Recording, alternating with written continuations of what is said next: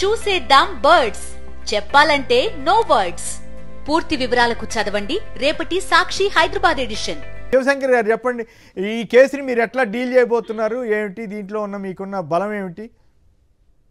ఒకటి సార్, ముందుగా మీరు పార్క్కి వెళ్ళినప్పుడు ఎవరో మిత్రుడు వాకర్ చెప్పారు ఇట్లా పిల్లల స్కూల్స్ అనేటువంటిది. నిన్న నేను పార్టీ ఆఫీస్లో, కేంద్ర కార్యాలయం మా ఆఫీస్లో ఉంటే ఒక ఇద్దరు కపుల్స్ వచ్చారు సార్. పేర్లు ఎందుకంటే వాళ్ళు ఇంకా ఇబ్బంది పెడతారని పేరు చెప్పట్లేదు, వచ్చి మా టీంని అప్రోచ్ అయ్యారు. ఏంటంటే అన్నా మేము చిలకలూరుపేటలో వదిలిపెట్టింటే అక్కడ వచ్చేసి బెదిరించారు, అక్కడ వాళ్ళు టీసీలు ఇచ్చేసి పంపించారన్న. తర్వాత జంగారెడ్డిగూడెంలో వేసాము, ఇప్పుడు జంగారెడ్డిగూడెంలోకి వెళ్ళేసి ఆ స్కూల్లో నుంచి మా పిల్లల్ని ఇద్దరిని కూడాను వాళ్ళ అడ్మిషన్లు ఇచ్చి అంతా జాయిన్ చేసుకున్నారు. ఇప్పుడు ఎన్నికి పంపిస్తున్నారు, టీసీ తీసుకెళ్ళండి అమ్మా, మా మీద ప్రెజర్ ఉంది రాజకీయంగా అనేటువంటిది. నిన్ననే ఇద్దరు వచ్చేసేసి నిన్ననే జంగారెడ్డిగూడెంలో ఉంటా, ఇంతకుముందు చిలకలూరుపేటలో ఉంటే అట్లా చేశారు, అక్కడ టీసీ తీసుకొని వచ్చేసి జంగారెడ్డిగూడెంలో జాయిన్ చేశాము అన్న. జంగారెడ్డిగూడెంలో నుంచి కూడా ఇప్పుడు తీసుకెళ్ళమంటున్నారు. మా పరిస్థితి ఏందన్నా, అన్నను కలవడానికి వచ్చినారని చెప్పి మా మిత్రుల్ని కలుస్తా ఉంటే నేను అక్కడే ఉన్నాను. సినిమాల్లో చూసాను కానీ ఇటువంటి ఇప్పుడు ఏకంగా డైరెక్ట్ గా ఈ విలన్ పాత్రకి వెళ్ళిపోతున్నారు, ఏంటో అర్థమే కావట్లేదు. ఇంత ముందు కూడా మీడియాలో కూడా వాళ్ళు చెప్పారంట, చిలకలూరుపేటలో తీసుకెళ్ళినప్పుడు కూడా ఇట్లా మమ్మల్ని అన్యాయంగా మా పిల్లలు టీచర్లు కూడా ఇష్టం, మా పరిస్థితి ఏంది దేహి అని. అంటే అటువంటి సిచ్యువేషన్ ఆంధ్రప్రదేశ్ లో ఉన్నాయి. మరి పవన్ కళ్యాణ్ గారికి ఇదంతా తెలుస్తుందో, తెలిసి కూడా ఆయన కూడాను మద్దతు తెలియదు. కానీ ఇక ఓవరాల్ గా తీసుకున్నట్లయితే సార్, ఈ అదానికి సంబంధించినటువంటి కేసులో మీరు అన్నట్టు ఈనాడు పత్రిక ఏంటంటే పుంకాలుగా ఈ రోజు కూడా మీరు అక్కడ బహుశా ఈ రోజు కూడా కొంచెం తీవ్రత తగ్గినట్టుంది లోపల పేజీలో అన్నారు కదా, ఈ రోజు కూడాను ఆంధ్ర ఎడిషన్ లో ప్రముఖంగా మొదటి పేజీలో సెకీతో ఒప్పందమైనా కూడా ఇండైరెక్ట్ గా అదాని వాళ్ళు ఉన్నారు కదా, అంటే ఎటు తిరిగేసి ఆవుకత తీసుకురావడం, అది జగన్ కి సంబంధించే, మళ్ళీ మోడీ గారినో లేకపోతే అదానినో అనరు.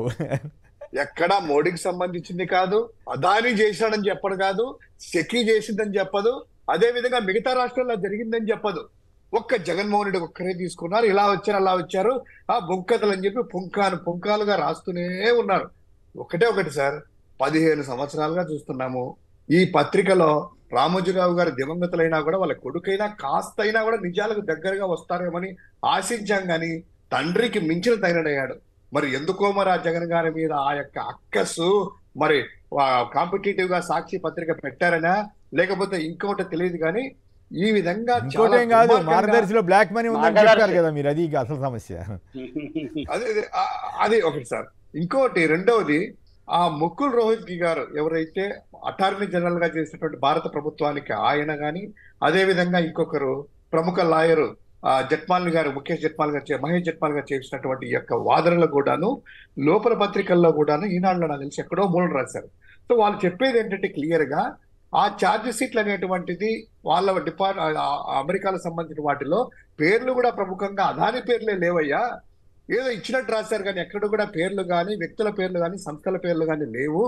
అసలు ఇది కేసే కాదు, ఇది పనికి వాళ్ళ చెత్తపుట్టలు అనేటువంటిది వాళ్ళ మాటలు నేను అర్థమైంది. ఇద్దరు కూడాను ప్రముఖంగా ఇంటర్వ్యూలు ఇచ్చింది కానీ అదంతా ప్రచురించినటువంటి వాస్తవాలు. ఒకటి సార్, ఇక్కడ మేము కూడా డిమాండ్ చేసేది ఏంటంటే, మీ ప్రభుత్వ హయాంలో ఎంత తీసుకున్నారు, ఎంత ఖజానాకు దోపిడీ జరిగిందా, ఆదా అయిందా, మా ప్రభుత్వ హయాంలో ఎంత జరిగింది అనేటువంటిది సమగ్రంగా విచారం చేయండి అయ్యా. నిజంగా అలాంటి అదానిది మీరు అన్యాయంగా జరిగిందని ఈనాడు చెప్పినట్టు చేస్తే, అదానితో జరిగినటువంటి ఒప్పందాలన్నీ కూడా రద్దు చేసి అదానిని బ్లాక్ లిస్ట్ లో చేసే ధైర్యం ఉందా? చేయగలరా? ఎందుకంటే ఏ తప్పు చేయలేదు కాబట్టి ఛాలెంజ్ చేస్తున్నాం మేము. చెక్కికి సంబంధించిన వాటిల్లో సంబంధించిన కేంద్ర ప్రభుత్వ సంస్థ వాళ్ళ చేతుల్లోనేది, వాళ్ళే ప్రభుత్వాల భాగస్వామ్యంగా ఉన్నారు కదా. ఈ రోజు కూడా మేము ఆకతాయిలుగా మాట్లాడట్లేదు, విత్ డాక్యుమెంటరీ ఎవిడెన్స్ లో తీసుకొని ఆ ఒప్పందాల్లో ఏంటి, మీరు ఇందాక కాలర్ చెప్పినట్టు కూడాను ట్రాన్స్మిషన్ ఛార్జెస్, ఎందుకంటే ఇతర రాష్ట్రాల నుంచి ఇక్కడ రావాలంటే చాలా పడుతుంది. ఒక యూనిట్ కి ₹1 నుంచి ₹1.65 వరకు పడుతుంది. అది కూడా వేవ్రా చేస్తున్నామని చెప్పిన తర్వాతనే ఈ అగ్రిమెంట్లకి ఎంటర్ చేసి 25 సంవత్సరాల్లో సంవత్సరానికి 3,700 కోట్ల రూపాయలు, అంటే దాదాపు 1,00,000 కోట్ల వరకు ఆంధ్రప్రదేశ్ ప్రభుత్వ ఖజానాకు సేవ్ చేయడమే కాకుండా ప్రజల మీద భారం లేకుండా చేశామని గర్వంగా చెప్పారు. సో ఇంకోటి, ఒకవేళ కాదు ఇక్కడ కరెక్ట్ గా ఇదే రివర్స్ లో వాళ్ళు 1,00,000 కోట్లు భారం పడిందని ప్రచారం చేస్తున్నారు. తద్వారా ఇప్పుడు కరెంట్ ఛార్జీలు పెరుగుదలని డైవర్ట్ చేస్తున్నారు ఇట్లా తెలివిగా. సార్ మీకు వాళ్ళు జగన్మోహన్ రెడ్డి గారి 2000 ప్రభుత్వం ఉన్నప్పుడు సోలార్ పవర్ లో రీటెండరింగ్ చేసి దాన్ని మళ్ళీ రీనెగోషియేట్ చేసి ప్రైసెస్ తగ్గించారు కదా. అప్పుడు జపాన్ ఎంబసీ నుంచి కేంద్ర ప్రభుత్వం నుంచి కూడా ఒత్తిళ్ళు వచ్చినాయి కదా. ఇదంతా ఒక ఎనర్జీ లాబీ, ప్రపంచవ్యాప్తంగా ఉన్న ఎనర్జీ లాబీ. ఏంటంటే మా వ్యవహారాల్లో వేలు పెడతావా అని జగన్మోహన్ రెడ్డి మీద కోపం ఉంటే ఉండొచ్చు. కోపం ఉండి ప్రజల మీద భారం అంటే చంద్రబాబు గారు చేసిన ఒప్పందాల వల్ల 85,000 కోట్ల అదనపు భారము ఆంధ్రప్రదేశ్ ప్రజల మీద 25 సంవత్సరాల్లో పడిందండి. దాన్ని రీనెగోషియేట్ చేయడం వల్ల కొంత తగ్గించారు. అసలు ఇన్నిటికంటే ప్రైవేటైజేషన్ పవర్ ప్రాజెక్ట్ చేసినప్పుడు అర్ధరాత్రి పీపీఏల మీద ఒప్పందం కుదుర్చుకోవడానికి చంద్రబాబు ఏ రకంగా వ్యవహరించాడో దగ్గుపాటి వెంకటేశ్వరరావు గారు పుస్తకం కూడా రాశారు కదా. అది నడుస్తున్న చరిత్రలో 2 పేజీల్లోనూ ఉన్నది. అప్పుడే మన శర్మ గారు ఎనర్జీ సెక్రటరీగా ఉండి ఆయన తన పదవికి రాజీనామా చేశారు. ఈ ఇష్యూస్ ఎందుకని సాక్షి కూడా హైలైట్ చేస్తా లేదో నేను చూడలేదు. దాన్ని హైలైట్ చేయాల్సిన అవసరం ఉన్నది. మీరు ఒకసారి నడుస్తున్న చరిత్ర అనేది ఒకటి చూడండి. చూస్తే అందులో పీపీఏ అగ్రిమెంట్ లో ప్రైవేట్ వాళ్ళతోటి ఎలా మోసాలు చేశాడు, కొంతమంది ఒక చరిత్ర 100 నిజాలు అనుకుంటుంది ఆ పుస్తకం పేరు. ఒక చరిత్ర 100 నిజాలు కాదండి, నడుస్తున్న చరిత్ర నా దగ్గర ఉంది. కావాలంటే మీకు నేను పంపిస్తాను, ఫ్యాక్స్ పంపిస్తాను. సార్ మీరు అన్నట్టు ఇదే 2017లో వాళ్ళు చేసుకున్నటువంటి ఒప్పందాలు ₹4.43 మినిమము, మాక్సిమం ₹6.90. సో అవి కంపేర్ చేసి ఎన్ని కూడా పక్కన పెడితే, ఒకవేళ సెకీతో జగన్మోహన్ రెడ్డి గారు ₹2.49 ఒప్పందం చేసుకోకుండా టెండర్లు కంటిన్యూ చేసింటే ఇదే ఈనాడు ఏమనేది ఒక్కసారి ఊహించుకోండి సార్. ఒక్కసారి ఇదే ఉన్నట్టు వాళ్ళు చూడండి, అయ్యా ప్రైవేటులకు దోచిపెట్టారు, కేంద్ర ప్రభుత్వ రంగ సంస్థ తక్కువ ధరకిస్తే తీసుకోకుండా అనేటువంటిది వాళ్ళే రాసిండవు. అంటే నాలుకకి నరం లేదు కదా అని ఇష్టం వచ్చినట్టు ఎలా కావాలంటే ఎలా మాట్లాడడం అంటే కనుక ప్రజాస్వామ్యంలో ప్రస్తుతానికి వాళ్ళది పైచేయి కావచ్చు సార్, సినిమాలలాగా వీళ్ళది పైచేయి కావచ్చు, కానీ ఖచ్చితంగా ఎలా ఉండదు. మీరు అన్నట్టు ఇదంతా కూడా ఖచ్చితంగా ఎదుర్కొంటాం సార్. ఎందుకంటే ఏ తప్పు చేయలేదు కాబట్టి నిలకడగా, నిజం అనేది నిలకడగా ఉంటది అనేటువంటిది మా నమ్మకం. ఇక వీళ్ళంతా చెప్పినట్టు వైఎస్ఆర్ ప్రభుత్వం ఏ విధంగా ఎదుర్కొంటుంది, వైఎస్ఆర్ కాంగ్రెస్ పార్టీ ఏ విధంగా ఎదుర్కొంటది అది అంటే, ఒకటి సార్ ఎలా ఉందంటే ఇప్పుడు మామూలుగా బురద చల్లడమో మసి పూయడమో కాదు సార్, బకెట్ల కొద్దీ బురద చల్లుతున్నారు మా మీద. బకెట్ల కొద్దీ మామూలుగా బురద ఏదో చేత్తో తుడుచుకుంటా పోతాం కదా, బకెట్ల కొద్దీ బురదలోనే ఉంచాలనేసి ఆ బురద తుడుచుకుంటుంటే ఇంకొక బకెట్ వచ్చి పడతా ఉంది. ఎందుకు చేస్తున్నారు ఇదంతా అంటే అందరికీ తెలుసు. డైవర్షన్ పాలిటిక్స్ ఎలా మీరే ఇంట్రడక్షన్ లో చదివారు కొన్ని వ్యాఖ్యానాలు. తిరుపతి లడ్డు దగ్గర నుంచి ఏ విధంగా వస్తుంది, ఒక నెలకు ఒకటి వస్తుంది సార్. మేము ప్రిపేర్ అయి ఉన్నాము, ప్రజలు కూడా ప్రిపేర్ అయి ఉన్నారు. నెలకొకటి ఏ హామీ అమలు చేయాలనేటువంటి ప్రెజర్ స్లోగా వస్తుంది. ఇప్పుడు ఫీజు రీఎంబర్స్మెంట్ ఎగరగొట్టారు, అది అడుగుతారంటే అదాని, కల్తీ లడ్డు, ఇంకొకటి సోషల్ మీడియా, ఏదో ఒకటి దీన్ని చుట్టూ తిప్పడమే వాళ్ళ యొక్క ధ్యేయము. ఖచ్చితంగా దీన్ని లీగల్ టీం ఏదో అంటున్నారు కదా, లీగల్ టీం కూడా ఫైట్ చేస్తా ఉంది. మేమేంటంటే ఒక సక్రమైన మార్గంలో జగన్మోహన్ రెడ్డి గారు నడుస్తున్నారు. ఏదో దానివల్ల ఏంటంటే ఈ నిందలన్నీ కూడాను నాకు ఏదో అనిపిస్తారు సార్ ఒక్కోసారి. నేనేమో మా పార్టీ ఏమన్నా అది ఏదో అంటారు చూడు, వినాయక చవితి రోజు రాత్రికి చంద్రుని చూస్తే నీలాప నిందలు ఎదుర్కొంటాననేటువంటిది ఏదో ఆ సామెత గుర్తొస్తా ఉంటుంది. మా పార్టీకి ఏదో ఆ చంద్రుని ఏమన్నా చూసామా, మేమేమన్నా పార్టీ మాకు పెట్టినప్పుడు ఆ నీలాప నిందలు ఎదుర్కొంటూనే ఉన్నాము, కానీ ఏది నిజం కాదు. ఏదో ఉంటది కదా, ఆ చందమామ ఇట్లా చూస్తే నీళ్ళలో కూడా ఇదే చందమామ ఇక్కడికి వచ్చారు, బావిలో పడ్డాడు చందమామ అనేసి ప్రజలను అలా నమ్మించేటువంటి పరిస్థితి. దానికి కారణం జగన్ గారే అని ఆ నిందలు అనేటువంటిది వస్తా ఉన్నాయి. ఖచ్చితంగా నిందలన్నీ కూడాను సక్రమంగా సమగ్ర మార్గంలో చట్టపరంగా ఎదుర్కొంటాము. ఏ తప్పు చేయలేదు కాబట్టే ఈ రోజు, లేకపోతే అసెంబ్లీలో తీర్మానం చేయకపోయినారు సార్ చంద్రబాబు నాయుడు తప్పు చేసిన జగన్మోహన్ రెడ్డి గారు.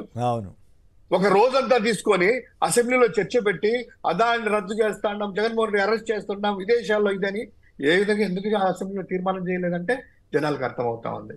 ఏ తప్పు జరగలేదు కాబట్టే. ఒకవేళ అలా చేసినట్లయితే ఆయన తప్పులే బయటకు వస్తాయి.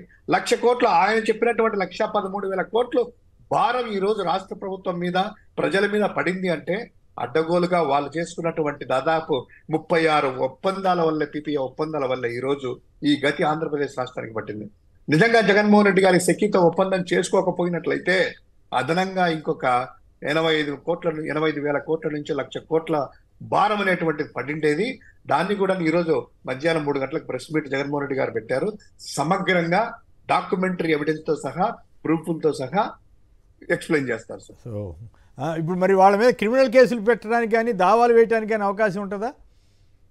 చూస్తున్నాను సార్, నేను చెవిరెడ్డి గారి మీద కూడా అన్యాయంగా పరామర్శకి వెళ్ళినప్పుడే ఆయన మీద అది మరీ పోక్సో అన్యాయంగా కేసు ఉంది. పెట్టారట. మీకు గుర్తుందో పోక్సో లేదో కేసు. మీకు గుర్తుందో లేదో ఇట్లాంటి కేసు ఒకటి జరిగి విజయవాడ ప్రభుత్వ ఆసుపత్రిలో ఉంటే చంద్రబాబు గారిని వెళ్ళొద్దన్నా కూడా పనిగట్టుకుని వెళ్ళారు. మరి అప్పుడు మీరేం కేసులు పెట్టలా? అది ఆ రోజు ఇల్లే సార్ పాపం ఈ మహిళా కమిషన్ మెంబర్లు కూడా వద్దన్న కూడా పెద్ద ఇష్యూ అయ్యేసి అవును. రచ్చరచ్చలు వేసేసి వాళ్ళ ఆసుపత్రిలో దోచుకొని పోసేసి ఎందుకంటే ఎక్స్పోజ్ చేయడం అవసరం లేదు, ఆ రోజు జరిగాయి. ఈ రోజు పోక్సో కేసు అంట, ఎస్సీ ఎస్టీ కేసు అంట, 11 కేసులు కంట. కాదు, చంద్రబాబు గారు చేసిన తప్పు కానప్పుడు ఈయన చేసిన తప్పు ఎట్లా అవుద్ది? పై ఈయన ఏదో ప్రొటెక్ట్ చేయడానికి, వాళ్ళని ఇబ్బంది లేకుండా చేయడానికి చేస్తే 22 రోజుల తర్వాత ఆ రకమైన కేసులు పెడతారా? ఇదేం అన్యాయం? అదే వాళ్ళ తండ్రి చేతనే, అదే తండ్రి ఆ రోజు ఎవిడెన్స్ గా ఉంది. ఆ తండ్రిని పాపం ఆ బాలికని కాదు, మీకు తీసుకెళ్ళేసి గుర్తుందా చంద్రబాబు గారు వెళ్ళింది వాస్తవా కాదా? గవర్నమెంట్ ఆసుపత్రి గారు వెళ్ళారు, వాళ్ళ యొక్క బృందం ఎవరైతే ఇప్పుడు హోంమంత్రి మరి ఎవరు మీరెవరు ఆ విషయం చెప్పలేకపోతున్నారు? వీళ్ళందరూ వెళ్ళారు. మరి మీరెవరు ఆ విషయం చెప్పలేకపోతున్నారు? మర్చిపోయారా? మీరు ఇదే అన్నారు సార్ ఇందాక, ఒకవైపే చూడండి పోలీసులని. పోలీసులు చూడట్లేదు, ప్రభుత్వ అధినేతలే ఒక సైడే చూడండి. చూడకపోతే విశాల్ గన్ని చూడండి,